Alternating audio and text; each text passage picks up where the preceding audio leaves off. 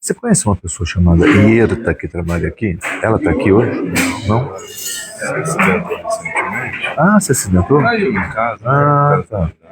E agora ela foi morar com os filhos de uma cidadezinha aqui. Filho, meu irmão, alguma coisa assim. Entendi. Bom dia, pessoal. Bom dia. É uma felicidade para a gente estar aqui com a casa cheia, mesmo com esse friozinho gostoso para ficar lá embaixo das cobertas, né? Um clima raro aqui para a gente.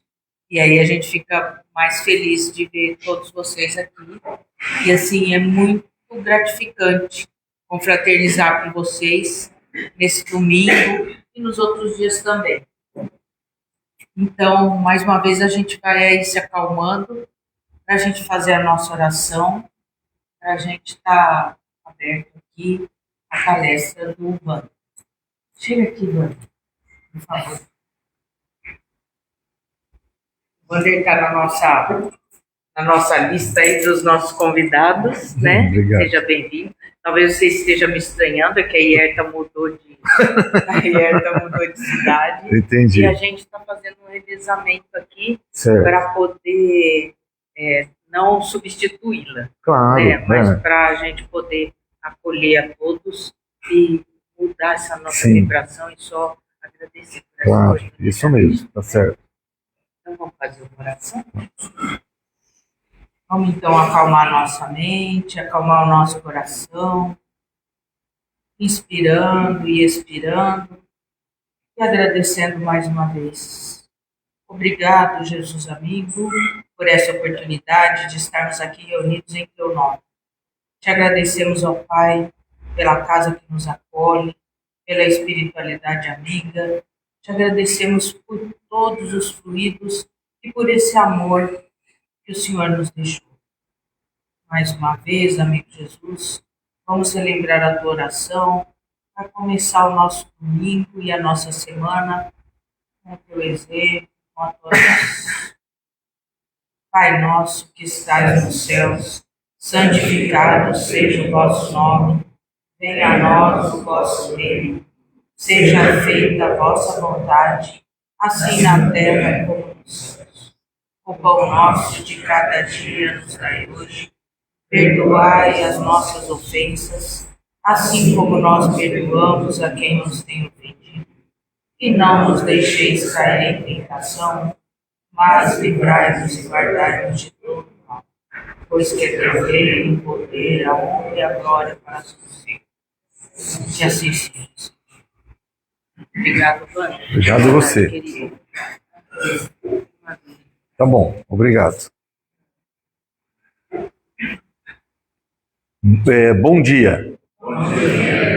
Eu estou olhando ali porque eu assustei agora, 9h35. Todas as palestras no centro começam às 9h, então eu tenho o hábito de olhar e ver que é 9h05. Agora eu olhei e vi 9h35, achei que estava 35 minutos atrasado. Fiquei assustado. Então eu agradeço o convite dessa casa, desse centro, para que eu possa falar sobre a doutrina espírita. Para mim é uma grande alegria falar sobre o espiritismo. Eu nasci num lar espírita, né?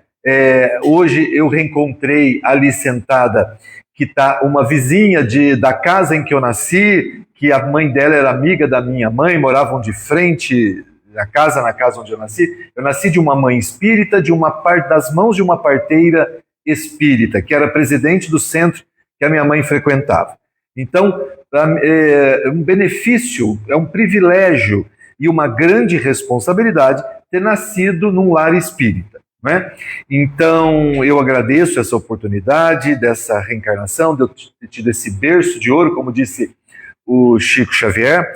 Quando eu fui conhecer o Chico, eu tinha 13 anos, e aí eu cheguei perto dele e ele disse assim, você nasceu num berço de ouro. E eu imaginei que o Chico tivesse errado, porque minha família é muito simples, muito pobre, e que eu falei, berço de ouro não era o meu caso, né? Então, imaginei, o Chico deve ter me confundido, deve ter errado. Depois de muitos anos que eu entendi que ele estava se referindo ao amparo moral da casa em que eu nasci, que era o verdadeiro tesouro. único e verdadeiro tesouro é aquele que eu posso levar depois que eu desencarnar, né? Se a minha família me desse propriedades, terrenos, casa, dinheiro, carro, não me serviria de nada, isso ficaria tudo aqui. Mas o bem, né, o tesouro, o benefício que eu levo para a imortalidade é o tesouro moral que a doutrina nos oferece e que eu recebi da minha família dentro de casa. Então, esse é o verdadeiro tesouro e realmente hoje entendo, o Chico estava certo, eu nasci num berço de ouro, né? Então, essa oportunidade que o centro me dá de falar a respeito da doutrina é uma oportunidade de trabalho no bem, é o que eu agradeço sempre. Hoje, é esse o assunto da nossa conversa, né? Nós vamos falar sobre os laços de família à luz do Espiritismo, à luz da doutrina espírita. Eu costumo dar o título a essa palestra como uma passagem da Bíblia quando Jesus diz, né? Jesus, vocês devem lembrar dessa passagem, claro. Ele está numa casa cheia de gente, como sempre, em torno dele, e aí alguém diz, Senhor, Senhor, na porta a sua mãe e seus irmãos estão lhe chamando. E ele diz assim, mas quem é minha mãe e quem são meus irmãos, senão vocês que estão aqui, não é? E junto comigo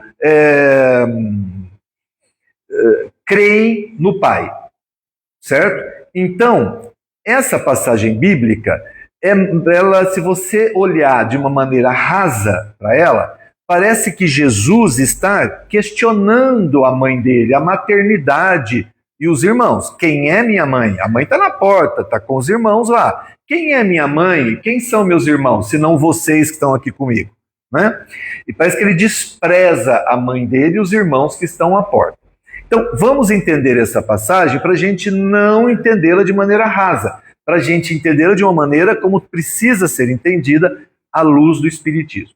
Na verdade, nessa passagem, tem uma grande lição profunda sobre laços de família, que é o que nós vamos falar hoje, então, sobre esses laços de família, que Jesus estava ensinando neste momento por meio dessa passagem, né? Em primeiro lugar, nós temos que entender que Jesus era um Cristo. O que é um Cristo? É um espírito da mais alta hierarquia dentre os espíritos puros.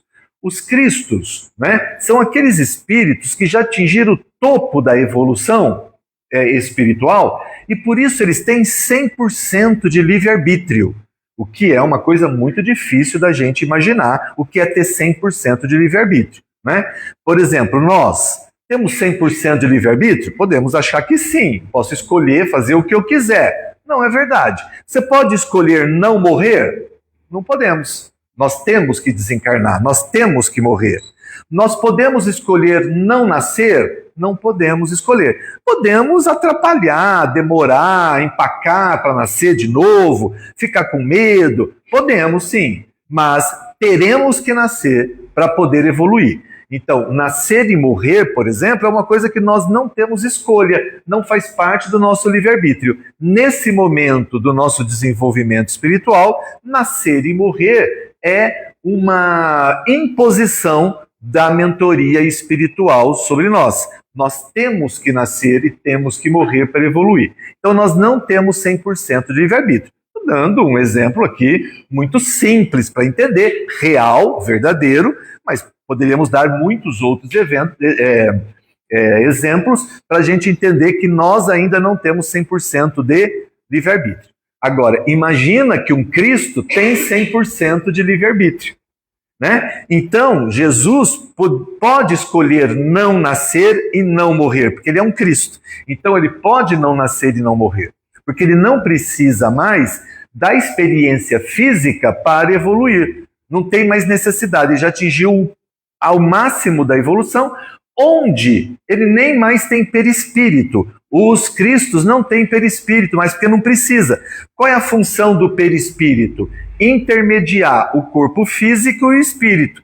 Ele é semimaterial, então ele tem essa função do espírito. O espírito só consegue manusear, agir sobre a matéria por meio do perispírito. Se não existe o perispírito, o espírito não consegue agir sobre a matéria. Essa é a função básica do perispírito, né? Jesus nem perispírito tem, os cristos nem o perispírito tem, porque eles não têm mais necessidade de agir sobre a matéria. E eles recebem ordens diretamente de Deus, né? Então esses espíritos é de uma grandeza tal que eles estão a serviço da criação divina. Deus cria por meio dos cristos. Por isso que na antiguidade havia a confusão com a palavra Deus, que eles acreditavam em deuses, né? Deuses no plural, porque eles estavam se referindo aos cristos. Quando na antiguidade éramos nós mesmos que estávamos lá, né? Precisa começar a entender por aí. Não eram outros ignorantes que estavam lá. Éramos nós mesmos, os ignorantes, que estávamos lá, certo? Nessa época. Nós mesmos que jogamos pedra na cruz, nós mesmos que queríamos condenar, né, a adúltera, éramos nós mesmos. Agora, meio arrependidos, a gente faz essa carinha de inocente e vem no centro ouvir palestra para ver se a gente paga essas coisas que a gente fez no passado. Mas todos nós somos pecadores igualmente, e essa história triste da humanidade, que botou fogo na Joana d'Arc, somos nós mesmos, os próprios, né, que continuamos por aqui. Porque se não fôssemos nós, se nós tivéssemos evoluído, já não estávamos mais aqui, já tínhamos sido transferidos para um planeta melhor. Se não fomos transferidos, é porque somos todos farinha do mesmo saco, e nós estamos aqui ainda para viver num mundo de aflição, num mundo de prova, num mundo de expiação, num mundo de dor, para poder pagar e aprender, né, por meio do pagamento, tudo que nós já fizemos. Então, éramos nós mesmos os ignorantes lá que acreditávamos em deuses, no plural, porque a gente confundia a figura dos co-criadores divinos, que são muitos, né, os cristos. Então nós confundíamos a figura dos cristos com Deus, porque eles recebem ordem diretamente de Deus. Deus é um, Deus é único, mas temos os co-criadores divinos, por meio de quem Deus age, por meio de quem Deus cria, ok? Então, os co-criadores divinos são os cristos, a mais alta hierarquia dentre os espíritos puros. Entre eles, entre esses cristos, tem um da personalidade que nós chamamos de Jesus. Nome para esses espíritos nessa categoria é o que menos importa. Você pode chamar de porta, de cadeira, que eles vão responder do mesmo jeito, porque nome para eles é o que menos importa. A gente é que se apega à palavra, porque palavra é um símbolo da matéria. Toda vez que nas escrituras sagradas aparece o registro de a palavra, o verbo, é um símbolo de matéria, de materialidade. Então, quando fala Jesus é o verbo de Deus, Jesus é o verbo de Deus significa são as leis de Deus materializadas na terra. Por isso, Jesus é o verbo de Deus. É nesse sentido. Jesus é aquele que traz as revelações das leis de Deus materializado, né, no planeta Terra. Então, toda vez que vocês forem ler Bíblia, ou qualquer outra escritura sagrada, que aparece a palavra verbo, né, escrito palavra de Deus, significa isso, materialidade. Então, a palavra é símbolo de matéria.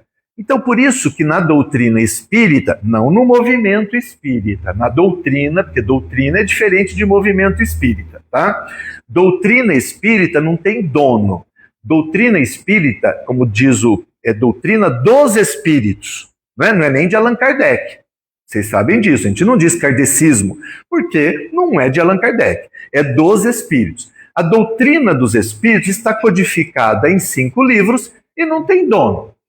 O movimento espírita já tem dono. O movimento espírita são algumas pessoas encarnadas que se atribuem a elas, ninguém deu a elas esse cargo.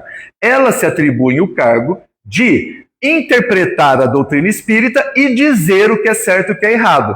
dentro da doutrina. Isso é um cargo que ela se investe de interpretar os princípios doutrinários. Isso é movimento espírita. O movimento espírita tem homens ou mulheres encarnados filtrando pelo que eles, o conhecimento deles, pelas experiências deles, né, os ensinamentos doutrinários, nos dizendo, então, o que está certo com a doutrina, o que não está certo. Isso é movimento espírita. A doutrina não tem dono. Equivale, para vocês entenderem um paralelo, que a doutrina do Cristo, o cristianismo não tem dono. Certo? Quem se apropria da doutrina do Cristo são as religiosidades. Então tem aqueles homens que vão interpretar e criam uma religião, catolicismo. Vão interpretar a doutrina cristã e criam o evangelismo, o protestantismo. Vão interpretar a doutrina do Cristo e vão criar religiosidade. Então, movimento espírita está mais para a religião do que o movimento espírita está mais para a religião do que a doutrina espírita, que não é religião. Certo? Então, entendido isso, nós começamos a entender polêmicas a respeito de uso de palavras na doutrina espírita. É uma contenda que na doutrina não existe, mas existe no movimento espírita. Por exemplo, culto do evangelho no lar. O movimento espírita diz, não use a palavra culto, que é para não dar ideia de que existe rito na doutrina espírita. Ok, eles estão baseados nos fundamentos doutrinários, estão interpretando os fundamentos doutrinários, estão colocando a opinião deles sobre a doutrina. Ok? Então eles dizem, não usem a palavra culto, usem evangelho no lar, porque culto significa rito, e na doutrina espírita não tem rito. Mas se você pega André Luiz, nos livros ele fala culto do evangelho no lar. Se você pega Joana de Ângeles, ela fala culto do evangelho no lar. Se você pega Emmanuel, ele fala culto do evangelho no lar. Mas o movimento espírita diz para não usar a palavra culto. Mas os espíritos contemporâneos, mentores da codificação, usam a palavra culto. Por quê? Porque os espíritos usam no sentido de cultivar o evangelho. Não no sentido do rito. É no sentido da palavra original, né, da etimologia da palavra, que vem de cultivar. Culto no sentido de cultivar. Então, nesse sentido, é um culto do evangelho no lar, porque a gente cultiva o evangelho no coração das pessoas que moram com a gente na mesma casa.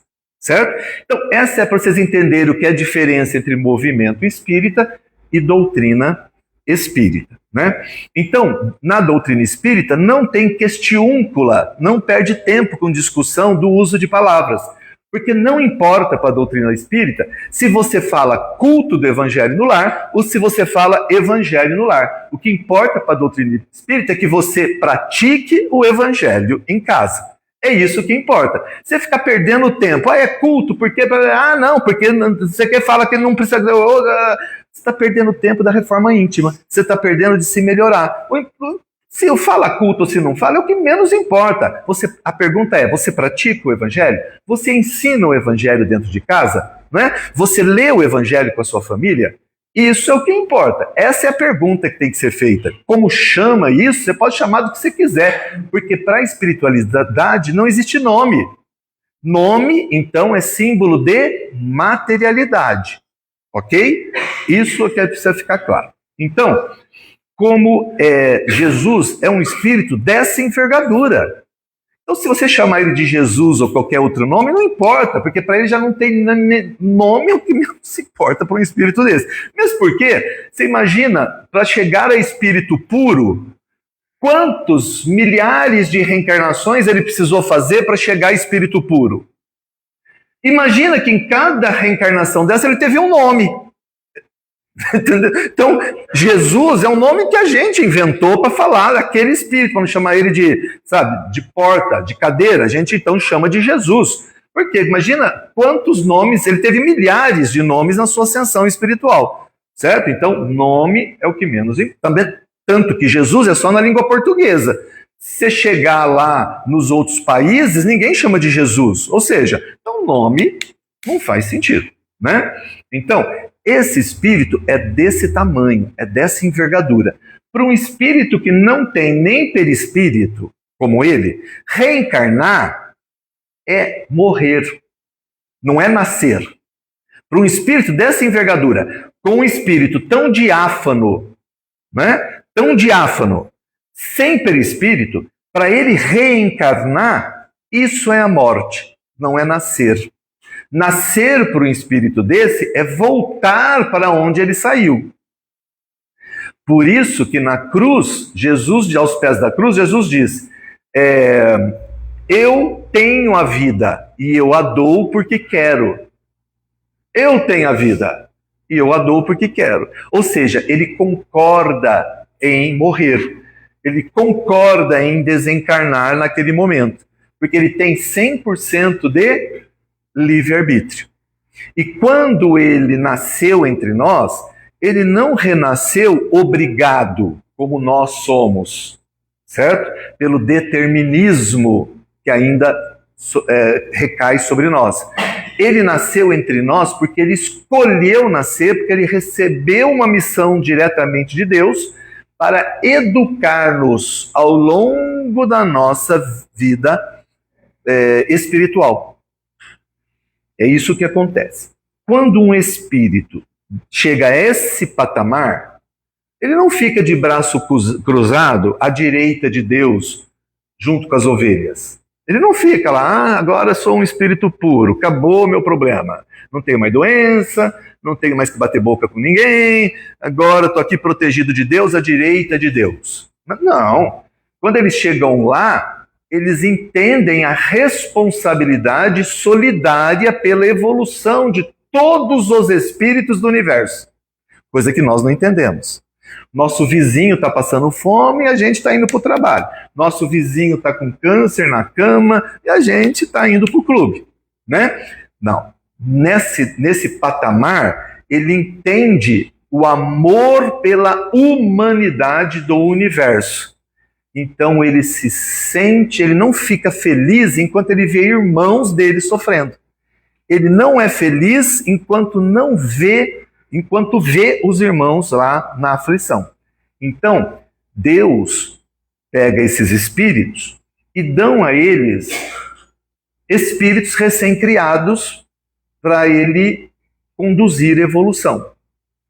Ele dá lá irmãos mais novos, Deus Pai, Deus único, Senhor do universo, inteligência suprema do universo, Criador de todas as coisas, pega um dos seus filhos puros já, um dos seus filhos que já evoluiu e chegou no topo da evolução.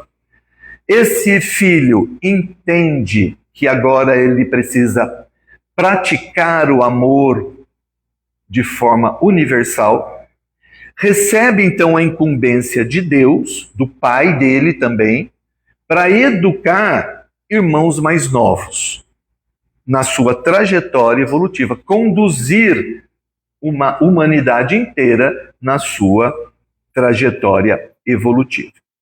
Deus cria, Deus sempre criou, Deus está criando e Deus vai continuar criando pela eternidade. Deus é eterno, nós somos imortais. Qual é a diferença? Deus sempre existiu. Nós fomos criados a partir de um determinado momento. Deus sempre existiu, existe e sempre existirá. Esse é eterno. Eterno é quem sempre existiu. Nós somos imortais. Por que nós somos imortais? Porque a gente foi criado por Deus, a partir de um determinado momento a gente passou a existir. E depois nós não desaparecemos mais depois de criados. Então, isso é imortalidade. Nós somos espíritos imortais e eternos somente Deus. Certo? Nós não somos eternos, porque nós não sempre existimos. Nós existimos a partir de um momento que Deus nos criou. Então nós somos imortais e Deus é eterno. Bom, Deus então sempre criou, cria e continuará criando, certo? Sem parar, espíritos novos para colocar para evoluir, para chegar a espírito puro. Onde ele coloca tanto espírito que ele não para de criar? Imagina, onde que ele vai colocando essa gente toda que ele está criando e não para de criar? Ele tem que pôr um co-criador, um Deus mortal, né? Um Deus agora imortal, aliás. Ele tem que pegar um Deus imortal, ele tem que pegar um co-criador, ele tem que pegar um Cristo e falar, você cuida desses aqui. Aí ele pega outro co-criador, outro Cristo e fala, você vai com essa turma. Pega outro, você agora vai com aquela turma. Então ele vai pegando as turmas de recém-criados, recém-saídos do berço divino, e vai dando para os Cristos cuidar. Porque os Cristos são co-criadores. Os Cristos são imortais, espíritos imortais, a serviço do Pai Eterno, né? Deus cria por meio deles. E aí, precisa dar casa, né, para esses espíritos. Não pode ficar na erraticidade solto. Tem que dar casa, escola. Então, Deus, junto com o co-criador que ele determinou, certo? No nosso caso, o nosso co-criador é Jesus. Ele então pegou esse espírito, que nós estamos chamando de Jesus, espírito puro, e falou, vou te dar milhões de irmãozinhos para você cuidar, para você educar por mim, ok? Para você conduzir na evolução por mim. Então, Jesus, faz uma casa para eles. Vou te ajudar a você fazer uma escola para eles. Então, Jesus chega junto com Deus e cria o planeta Terra para nos abrigar, para nos receber no planeta Terra para a gente evoluir. Então, Jesus está conosco desde sempre, desde antes do planeta existir, porque criar o planeta já foi uma missão de Deus destinada a Jesus. Isso está na Bíblia. Isso está lá. João fala isso todo o tempo. João Batista fala isso, que é o primo de Jesus, que não é, né? Que é o que batizava. Fala isso, né? Ele sempre existiu. Ele é antes de mim, né? Apesar de Jesus ter nascido depois de João Batista, então, portanto, Jesus era alguns meses mais novo que João Batista. João Batista diz isso na Bíblia. Ele veio depois de mim, porque nasceu depois, é mais novo. Só que ele é antes de mim. Está conosco desde o início. Certo? Então, porque Jesus é mais antigo que todos nós, porque ele já atingiu o pico da glória e aí nos recebe para educar. E aí Deus, então, vai produzindo com esses co-criadores os planetas.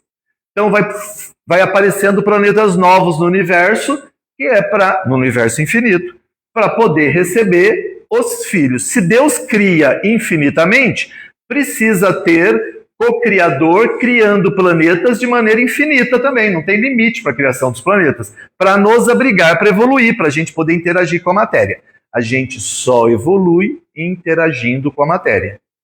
A função da matéria é essa criada por Deus.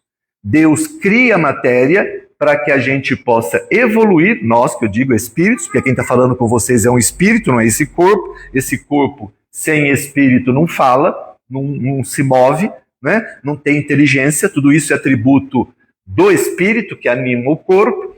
Então, nós todos fomos criados por Deus, nosso Pai, fomos destinados a ser educados por um Cristo, no nosso caso, o nosso Cristo é chamado Jesus, e o planeta Terra foi criado para que o nosso Cristo, Jesus, possa nos educar a partir da nossa ação sobre a matéria. Então, Deus cria a matéria para que os seus filhos espíritos possam evoluir a partir de aprender a agir sobre a matéria. Essa é a função da matéria. Não existe outra função. É a evolução espiritual. Por isso que a matéria existe, para que o espírito possa evoluir. Então, Deus dá o mundo material, coloca lá, a literatura espírita, vou arredondar o número só para facilitar, a literatura espírita diz lá, dá referência, que são aproximadamente 25 bilhões de espíritos jovens, recém-saídos do berço divino, que Jesus tem para educar junto ao planeta Terra. Chega em casa, dá um Google, qual é a população da Terra? Vai dar lá, 8 bilhões de pessoas. 8 bilhões estão reencarnadas juntas nesse momento. Para 25 falta 17. Cadê esses 17 bilhões? Estão na erraticidade, esperando uma vaga de um corpo para reencarnar. Nós fomos aprovados num vestibular para ter um corpo. Num vestibular altamente concorrido, porque tem 25 bilhões de candidatos e 8 bilhões de vagas nesse momento. Tem 17 bilhões na fila esperando um corpo para evoluir. Aí vem a pergunta: o que é que estamos fazendo dessa oportunidade raríssima de receber um corpo de Deus para poder manusear a matéria, aprender a agir sobre a matéria? Não gosto da palavra manipulação, nem manusear, nem o doutrina gosta, o movimento espírita gosta, porque significa usar as mãos. E os espíritos não usam as mãos, mão é uma coisa da matéria. Então não usam as mãos para manusear a matéria, usa o pensamento. Então, é a ação do pensamento sobre a matéria, na verdade, que nos faz evoluir. Então, o que estamos fazendo dessa oportunidade? Essa é a grande pergunta. Tem 17 bilhões na fila, esperando. A gente também já esteve nessa fila. 100 anos, 200 anos, 500 anos. Os tempos são muito diferentes. Porque às vezes a gente volta e tem que entrar na fila. Ah, eu não quero entrar na fila. Aí a gente está na fila. Quando vai chegando a nossa vez, fala, não, pode passar na minha frente, que eu agora estou com medo, não estou querendo, acho que eu vou errar de novo, pode passar um pouquinho. Aí depois você volta para a fila. E quando chega a tua vez, você fala, não, ainda não estou preparado, estou com medo de falhar. Isso acontece. Então a gente fica lá 300, 400 anos esperando o corpo, porque a gente realmente não está muito afim de voltar. Mas o que se espera é que a gente volte. Então, às vezes, a gente tem alguns, né? Hoje, poucos, antigamente mais, hoje menos, reencarnações compulsórias. Ou seja, não, agora chega, enrolou muito, toma um corpo e vai. Certo? Isso são reencarnações compulsórias. Hoje já é bem menor essas possibilidades, mas ainda existem. A nossa primeira escolha, então, o primeiro livre-arbítrio, exercício do livre-arbítrio é dizer, quero reencarnar, eu topo, eu vou. Então, a primeira ação do nosso livre-arbítrio é falar, entro na fila para ganhar a vaga de um corpo. Bom, aí, então, vocês já entenderam até aqui que todos nós somos filhos de Deus, filhos de um mesmo Pai, de um Deus único. Ele nos criou a todos. Não só nós todos que vivemos no planeta Terra. Não. Todos os espíritos do universo foram criados pelo mesmo Pai. Todos nós somos filhos de Deus, de um único Pai. Portanto, todos nós somos irmãos literalmente. Literalmente. Somos todos filhos de um único Pai. Se somos filhos todos de um único Pai, todos nós temos o DNA divino, o material genético de Deus. Todos nós temos a centelha divina em nós, espíritos. Por isso que na Bíblia está, sois templo de Deus. Ou seja, Deus habita em nós, por meio da sua centelha, do seu DNA, do seu material genético, que constitui o nosso espírito. Por isso que somos templo de Deus. Por isso que a doutrina espírita pratica e fala, né? Isso não tem nada a ver com o movimento espírita, que nós não precisamos de um templo de pedra para cultuar e encontrar Deus. Nós não precisamos de uma igreja, nós não precisamos de um templo, porque Deus não está no templo de pedra, Deus está dentro de nós. Então eu não preciso de um templo de pedra para cultuar, reverenciar e encontrar Deus, porque Deus está dentro de nós. Sois templo de Deus, ok?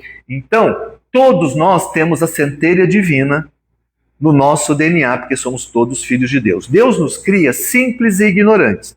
Simples do ponto de vista moral, ignorantes do ponto de vista intelectual. E nos coloca para evoluir até o dia que, como espírito puro, nós deixamos de ser simples do ponto de vista moral. Passamos a ser santo, entendemos a santidade. E deixamos de ser ignorantes intelectualmente, passamos a ser sábios. Então a nossa trajetória é sair de simples e ignorante, chegar a santos e sábios, que é o topo da nossa evolução. E olha o tamanho da trajetória para sair daqui e chegar aqui. Para vocês terem ideia, só de tamanho, né? Coloca no Google, que vocês confiam mais no Google do que em mim e mais do que na doutrina espírita. Então, vocês digitem lá no Google, pergunta qual é a idade da Terra. Da Terra, do planeta Terra. Pensem que Jesus já estava conosco, ele já era puro antes da Terra existir, porque ele recebeu de Deus a missão de criar o planeta para nos abrigar. Ou seja, Jesus estava nos píncaros da glória, à direita de Deus, antes da Terra existir. E nós ainda, todo esse tempo de humanidade sobre a Terra, ainda continuamos do jeito que somos. Então você dá para ter ideia que esse tempo que nós estamos na Terra é minúsculo. O tempo que nós estamos aqui como humanidade em evolução. Desde que começamos simples e ignorantes. Esse tempo é minúsculo perante o tempo que a Terra existe e que Jesus já era puro nessa época. Então imagina o tempo que leva para chegar a um espírito puro. Esse tempo aqui. Para sair daqui, chegar aqui. Certo? Nós estamos nessa trajetória. Ele nos cria simples e ignorantes, sem livre-arbítrio, mas em condição de desenvolver o livre-arbítrio, até que cheguemos a 100% do livre-arbítrio. Então aqui seremos santos, sábios, com 100% de livre-arbítrio. Nós saímos simples, ignorantes, com 0% de livre-arbítrio. Ok? Ou seja, livre-arbítrio é uma coisa que se conquista, se desenvolve lentamente ao longo da trajetória evolutiva. Então, se alguém diz, nós somos criados simples e ignorantes com livre-arbítrio, errado, raciocínio raso dentro da doutrina. Nós somos criados simples e ignorantes sem livre-arbítrio, mas em estado de desenvolver. E faz parte da trajetória evolutiva desenvolver o livre-arbítrio. Porque se nós tivéssemos livre-arbítrio desde criado, nós podíamos escolher nascer, não morrer, certo? Mas nós não podemos. Então aqui no meio da trajetória não podemos ainda, então nós não nascemos com livre-arbítrio, nós nascemos em estado de desenvolvê-lo. Ok. Aí, e nascemos todos, e Deus nos cria todos iguais. Claro, nas mesmas condições, todos iguais, sujeito às mesmas leis. E aí Deus fala, pega então esses 25 bilhões, Jesus, estão prontos, a casa está pronta, né? A casa está pronta, a escola está pronta, pega seus 25 bilhões de irmãos jovens que eu acabei de criar, simples, ignorantes, recém-saídos do meu berço, em estado de desenvolver o livre-arbítrio, e toma para você educar. Segue com eles. Ok? É isso que aconteceu. Aí, então, a partir desse momento, né, Jesus nos coloca para evoluir no planeta Terra e a gente inicia a nossa jornada evolutiva no planeta. Simples, ignorantes, em estado de desenvolver o livre-arbítrio, todos iguais, sujeitos às mesmas condições que são as mesmas leis, as leis de Deus. Mas Deus é tão perfeito na sua criação que não manda a gente, vai. Não, ele fala, eu vou te ensinar o caminho. Deus, além de tudo, diz, eu vou te ensinar o caminho, que é o da prática das leis de Deus. Por quê? Porque quando o espírito é puro, quando o espírito da envergadura de Jesus, que é um Cristo, ele está 100% alinhado com as leis de Deus. Por isso que ele se torna um co-criador divino. Porque tudo que ele age é em acordo com a lei de Deus. Ou seja, ele é incorruptível. Então nós dizemos que os espíritos puros são sábios, santos, 100% de livre-arbítrio, incorruptíveis, co-criadores de Deus, os espíritos puros. E aí, então, ele nos pega as leis dele, de Deus, e grava num manual, que é a nossa consciência. É um GPS moral. A nossa consciência é um GPS moral. Nela estão firmadas as leis de Deus, que vai nos orientar nesse longo percurso. Então tá, vou para o centro 9h30 da manhã, moro do outro lado da cidade, ponho o nome do centro aqui no GPS e saio de casa para ir no centro, ok? GPS fala, vire à direita. E eu falo, não vou virar não, porque ali tem uma valeta, ali tem um semáforo, ali a rua é estreita, passa ônibus, eu vou virar à esquerda, porque aqui eu corto aquele caminho, porque aí eu viro ali.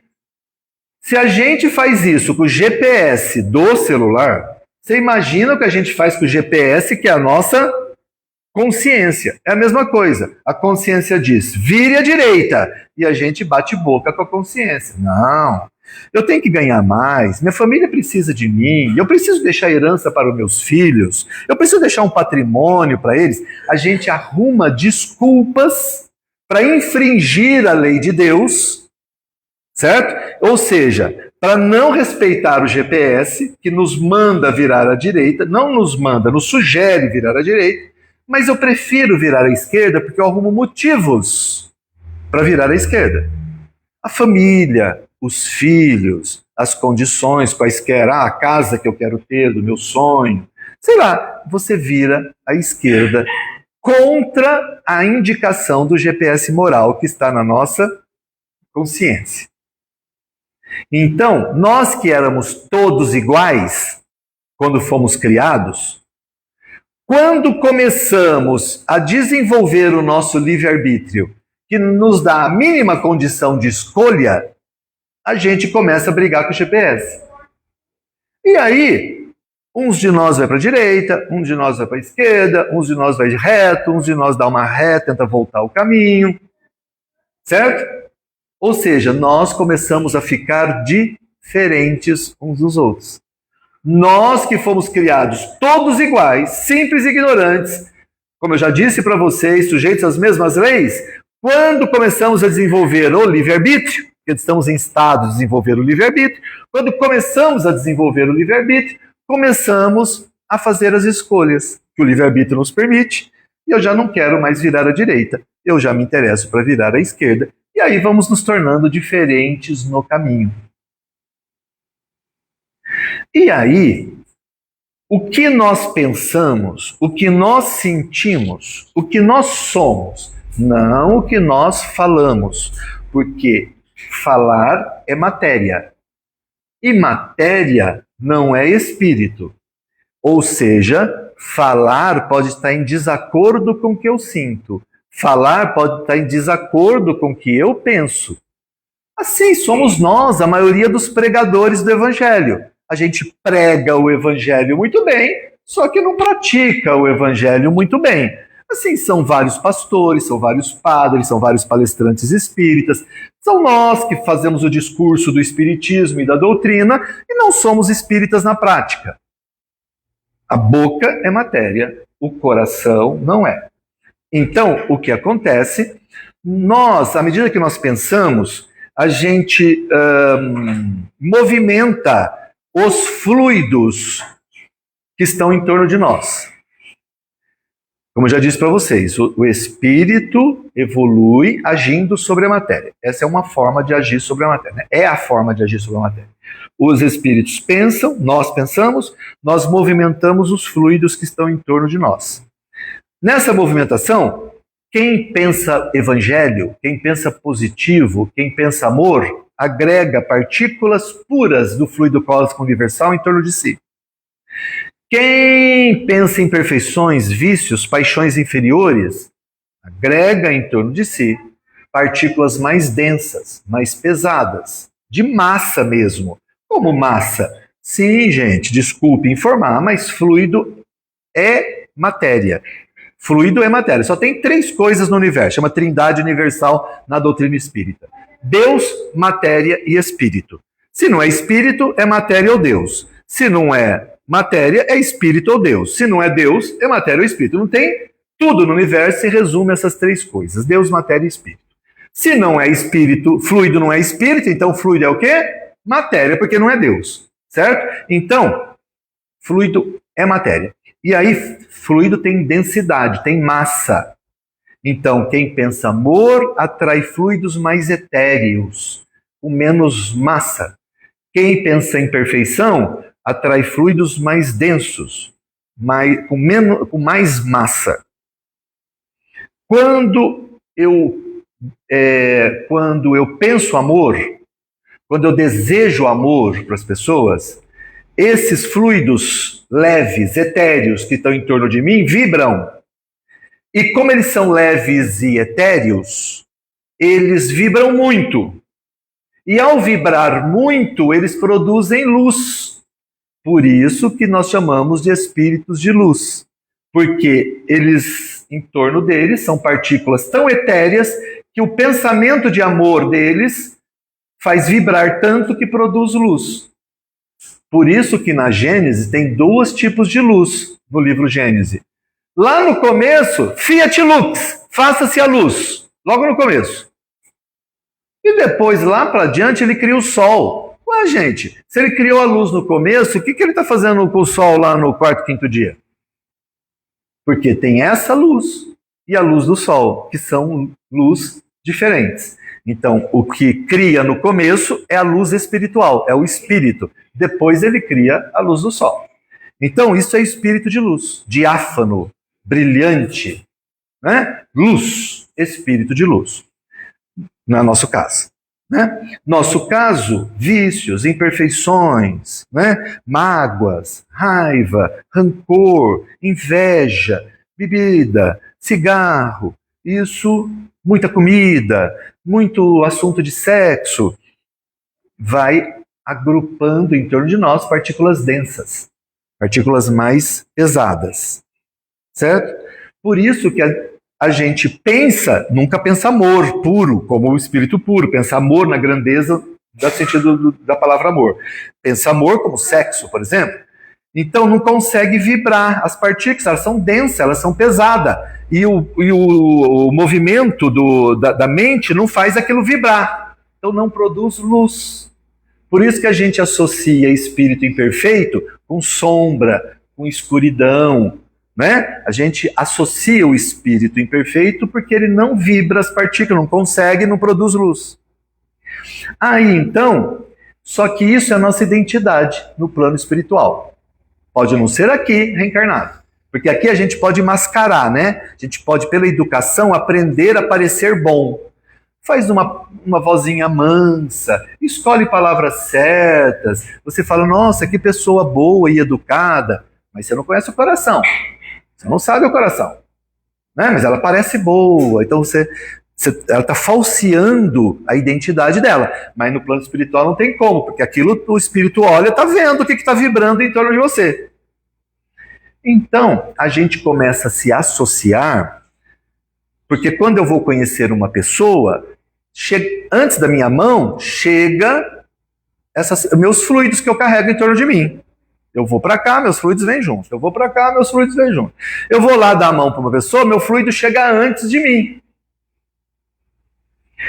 Não é porque é fluido que se mistura. Água e óleo, ambos são líquidos, mas eles se misturam? Não. Põe a óleo na água que não mistura, mas ambos são líquidos, mas não se misturam.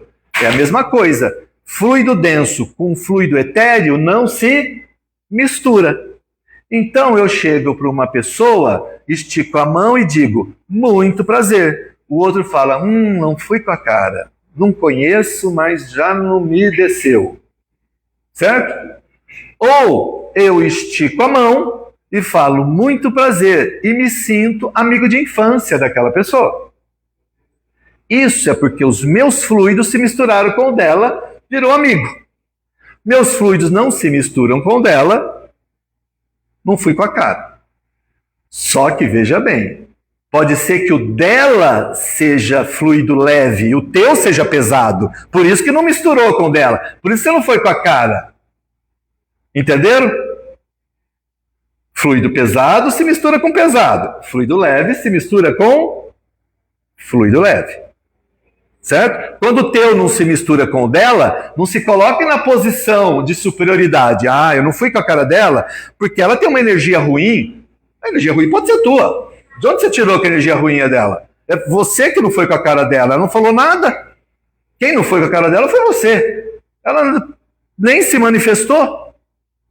Então, você, ao achar que uma pessoa não se dá bem com você, não significa que você é melhor, que o teu fluido é melhor que o dela. Pode ser que o teu seja pior e o dela seja melhor. E Deus está livrando ela de conviver com você. É um livramento dela para não conviver com você. Certo? Então aí, os iguais passam a se juntar. Certo? Fluido denso com fluido denso, que aí mistura. Fluido etéreo com fluido etéreo, que aí mistura, e vão formando os grupos. E esses grupos passam a evoluir juntos. Por isso tem um ditado popular, que não é bíblico, tem gente que acha que é uma citação bíblica, mas não é, que é, diga-me com quem andas que te direi quem és. Perfeito. Me diz quem é seu amigo, me diz quem você gosta, me diz com quem você anda, que eu, pelo fluido dele, eu sei quem é o teu fluido. Então me diz com quem você anda, que eu sei quem você é. Certo? Se anda com gente de vício, com gente bagunceira, com gente que não respeita o evangelho, não vem se disfarçar com essa vozinha boazinha, não, esse discurso que não cola, porque farinha do mesmo saco anda junto. Se você está junto com aquela turma, é porque você é igual. Então não venha parecer diferente. Certo? Porque senão você não se sentiria bem. Senão você sairia. Senão aquele grupo não se sentiria bem te acolher, te expulsaria. Porque não interessa ficar andando com gente diferente. Isso é a verdadeira família. Agora vamos voltar lá na Bíblia quando Jesus diz: quem é minha mãe? Quem são meus irmãos? Ele não está falando de parentesco genético. Ele não está falando de parentesco biológico. Ele está falando de parentesco espiritual. Ele está falando da verdadeira família. Ele está falando de fluido que mistura com fluido. Certo? Os irmãos de Jesus não gostavam de Jesus, achavam ele meio maluquinho. Os irmãos de Jesus não achavam que ele era o Messias prometido pelas antigas escrituras, que Israel inteira esperava pelo Messias, estava aguardando, estava escrito lá. Os livros, as escrituras sagradas, a Torá, estava escrito, virá o Messias, que o salvará, que será o rei. Eles estavam esperando o rei chegar, eles estavam esperando o Messias chegar, todo Israel inteiro estava esperando. Que dia? Quando? Quem será? E aí o irmão deles em casa fala: sou eu o Messias. Eu que sou o rei que veio salvar a humanidade. Os irmãos: quem? Você que nasceu numa estrebaria, vem falar que é o rei? Na nossa família pobre, de carpinteiro, que não tem o que comer amanhã, você vem falar que você é o rei? Chega para lá, você está faltando um parafuso aí. Os irmãos de Jesus, então, não eram espíritos puros, não eram espíritos evoluídos, que estavam misturando os fluidos dele com os fluidos de Jesus. Eram fluidos densos, de inveja, certo? Ainda sobre o irmão que era o Messias. Então Jesus fala: quem é minha mãe, quem são meus irmãos? Senão vocês que estão aqui comigo compartilhando das verdades do Pai. Ou seja, vocês são mais meus irmãos porque vocês compartilham do Evangelho comigo do que aqueles que estão no portão, que são meus irmãos biológicos, mas não são meus irmãos espirituais, não é minha família de verdade, minha família imortal não é aquela, minha família imortal é essa. Entenderam? Esse é o grande ensinamento, então. Agora, vamos à família biológica, então. Aí também você pode inferir já coisas sobre a família biológica. Ou seja, não é porque está na mesma família que todo mundo é igual, pensa da mesma maneira, compartilha das mesmas verdades, tem os mesmos sentimentos. Ok? Dentro da família, não é um cadinho de amor, de gente igual, de gente simpática um ao outro, de gente empática, certo? É dentro da família, é um cadinho de burilamento, de aperfeiçoamento do amor. Ok, um cadinho de aperfeiçoamento do amor, mas não um ninho de amor. Porque no núcleo doméstico é que estão colocadas as diferenças, os desamores que nós causamos uns aos outros. Que se Deus não juntar embaixo do mesmo teto, a gente nunca iria se encontrar. Por quê? Porque eu não vou com a cara, porque eu não sou do grupo dele, não quero estar com ele. Então, se é a hora de eu reencarnar, eu falei, ele é que eu não quero. Quem você quer na tua família? Eu só vou escolher quem eu gosto. Se Deus perguntar pra gente, quem você quer na tua família? Viu como nós não temos 100% de livre-arbítrio? Porque se Deus pergunta pra gente, quem você quer na tua família? Você vai renascer, um corpo saiu pra você lá, agora vai ter um corpinho lá em São José do Rio Preto pra você, vago lá em tal família.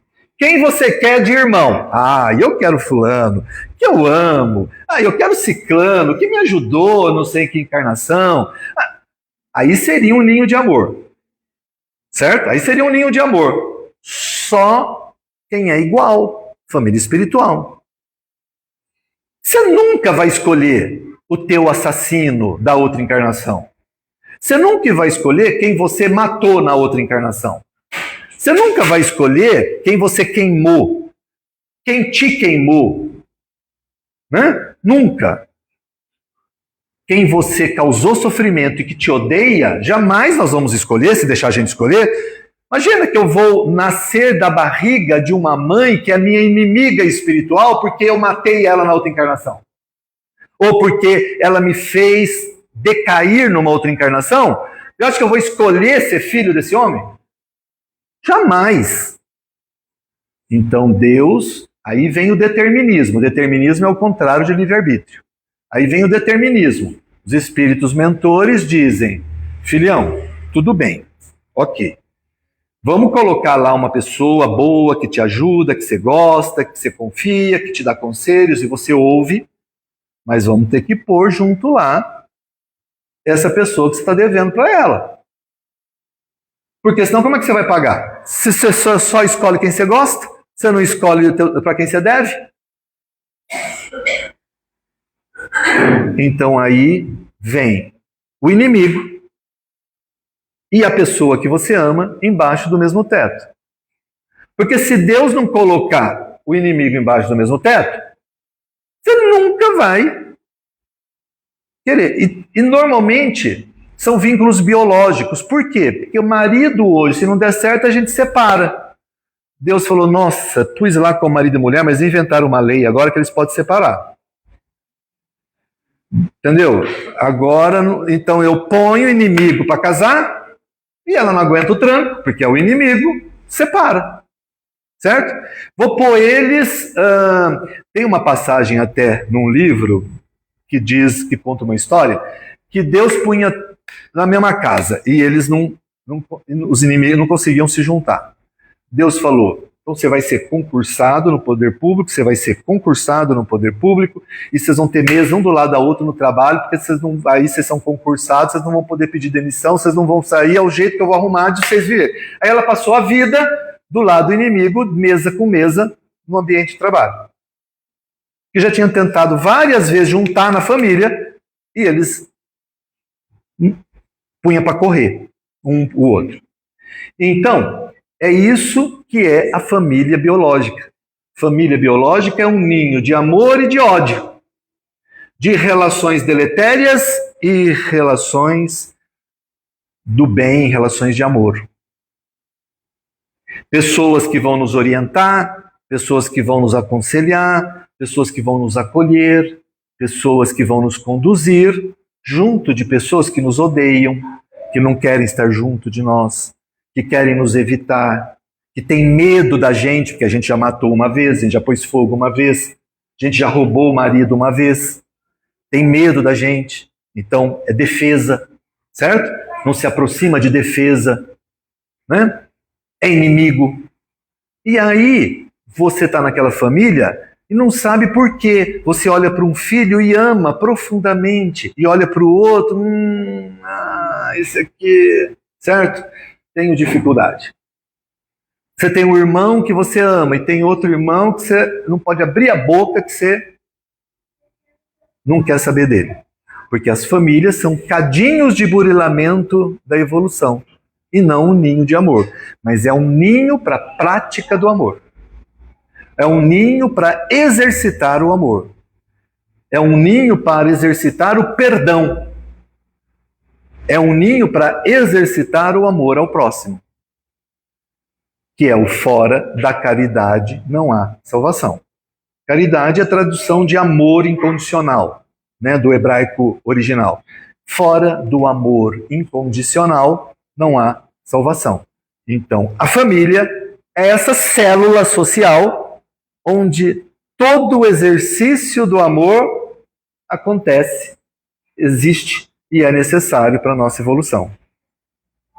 Suportar é diferente do que amar. Suportar o filho, suportar o irmão, suportar o marido é diferente de amar o irmão, amar o marido, amar o filho. Ok? Nós precisamos, então, transformar esse rancor, transformar essa mágoa em amor verdadeiro, em perdão e amor. Tá bom? Então, eu espero que isso seja útil para todos nós, de alguma maneira, nas nossas famílias. Quero agradecer de novo a oportunidade que vocês me deram de estar aqui conversando com vocês. Eu vim aqui a última vez em julho do ano passado, está fazendo um ano exatamente. Eu falei sobre Allan Kardec, acho que da outra vez, e hoje estamos falando sobre a família. Tá bom? Eu espero que essa oportunidade me seja dada, apesar das minhas imperfeições, eu preciso delas para poder também pagar os pecados que eu cometo e já cometi. Tá bom? Obrigado. Oi. Muito obrigado, que a gente possa refletir mesmo, né, a todo momento. Não é só na família, no trabalho, no trânsito, né? E grande oportunidade essa que você vem nos relembrar o quanto a gente tem essas ligações aí com nossos familiares e o quanto a gente precisa exercer o amor. Essa é a grande sacada da vida, para a gente poder falar, mas como é isso? Não, mas eu preciso de novo e eu tenho que aproveitar essa oportunidade, não posso perder, porque a fila é grande. A fila é grande. A fila é grande. É isso aí. Então, muito obrigado. Imagina, eu que agradeço, tá? Dá um número pra gente, qual que é aí, Adriano? 48? Até 48? Até 48. 45. 45. Que é a idade que eu acho que eu tenho. Ai, pra você. Tá, ó, e aí a gente tem aqui o Evangelho no Lar, Evangelho para quem está aqui a primeira vez e quem não está. Tem também, no roteirinho do Evangelho. Legal você ter lembrado. O Wander falou e é muito legal a gente estar colocando isso aqui em prática na nossa vida, na nossa família. Mesmo que a gente faça sozinho. Eu faço sozinho, eu moro sozinho, eu faço sozinho. Eu sozinho não existe evangelho sozinho. Tem eu e os inquilinos que moram todos comigo na minha casa, que não divide aluguel, que não paga comida, nem a luz, e moram lá comigo. Eu e todos eles fazemos toda segunda-feira às 11 da noite. Isso é legal. E, assim, parece que é um compromisso, mas traz aí uma grande mudança na nossa vida, na vibração da nossa casa, Sim. Dos nossos vizinhos. Isso Para mesmo. quem tem criança, isso aqui é grandioso. Verdade. Porque plantou na sua família, plantou nos seus filhos. Eu sou prova disso. Hoje eles não seguem nada, mas eles são cidadãos do bem e não fazem para o outro O que não quer. que fazem para a gente. E eles aprenderam muito com o Evangelho. Na casa também, mas esse tema é o tema da palestra que eu vou dar hoje, 7 horas da noite. Tem uma palestra hoje, 7 horas da noite, no Centro Paulo de Tarso. É esse o tema. Dá uma olhada, às vezes eles transmitem, se vocês estão interessados, às vezes, no Evangelho no Lar, a palestra é sobre isso. Hoje à noite, 7 horas. Então está aqui o roteiro, para quem quiser levar, façam, porque dá bons frutos. Isso aqui é uma pimenta fluidificada. Tá vendo? Para mim eles dão um ardido, para vocês eles dão um molinho, para mim eles dão, viu? Mas tem também aqui para quem quiser ajudar a casa, tem aqui também a pimenta para quem quiser comprar. Muito obrigado, eu adoro. Obrigado. Nós que agradecemos. Tá? Obrigado, viu? E aí a gente também tem torta, tem lasanha, né, Fabinho? Para quem quiser ajudar e já levar para casa uma refeição. Tem também. E lembrando, vem cá, Zé. Hoje é dia de São Pedro. A gente está encerrando aí junho, né? Festa junina. E o Zé tem alguma coisa aí para falar para a gente. São Pedro, o discípulo talvez mais falado, divulgado, discípulo de Jesus. Né? No tempo de Jesus, os judeus, os homens da época, em toda Israel, eles tinham, o Wander bem falou, a necessidade de ter os profetas. Faziam 500 anos que não tinham nenhum profeta. E os profetas eram deferência, eram respeitados, porque os profetas traziam as mensagens de Deus. Né? Eles traziam as boas novas. Então eles tinham essa necessidade, essa esperança de encontrar de aparecer um profeta, reconhecer. No Evangelho de Mateus, no capítulo 16, tem essa passagem. Jesus chegou à região de Cesareia de Filipe e perguntou aos discípulos: quem o povo diz que é o Filho do Homem? Eles responderam: alguns dizem que é João Batista, outros dizem que é Elias, outros Jeremias ou qualquer um dos outros profetas. E vocês, quem dizem que eu sou? Perguntou Jesus. E Simão Pedro respondeu: tu és o Cristo, o Filho de Deus vivo. E Jesus respondeu: bem-aventurado é você, Simão, filho de Jonas, porque isso não foi revelado a você por carne ou sangue, mas por meu Pai que estás no céu. E eu digo a você, Pedro, sobre esta pedra edificarei minha igreja. Então Pedro é tido como a pedra, né? A grande fundação, a grande base dos ensinamentos do Cristo. Ele entendeu o Cristo pela sua convivência, pelos seus ensinamentos morais, pela sua conduta, pelos seus atos. Esse talvez seja um grande exemplo que nós temos que tirar do dia de São Pedro.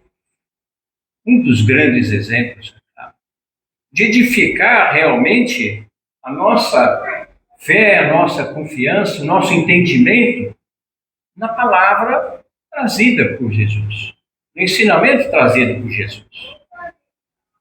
Que, como foi dito, o amor incondicional. Amar a Deus, amar ao próximo, amar a si mesmo. Obrigado. Obrigado. Eu quero agradecer. Você quer fazer oração?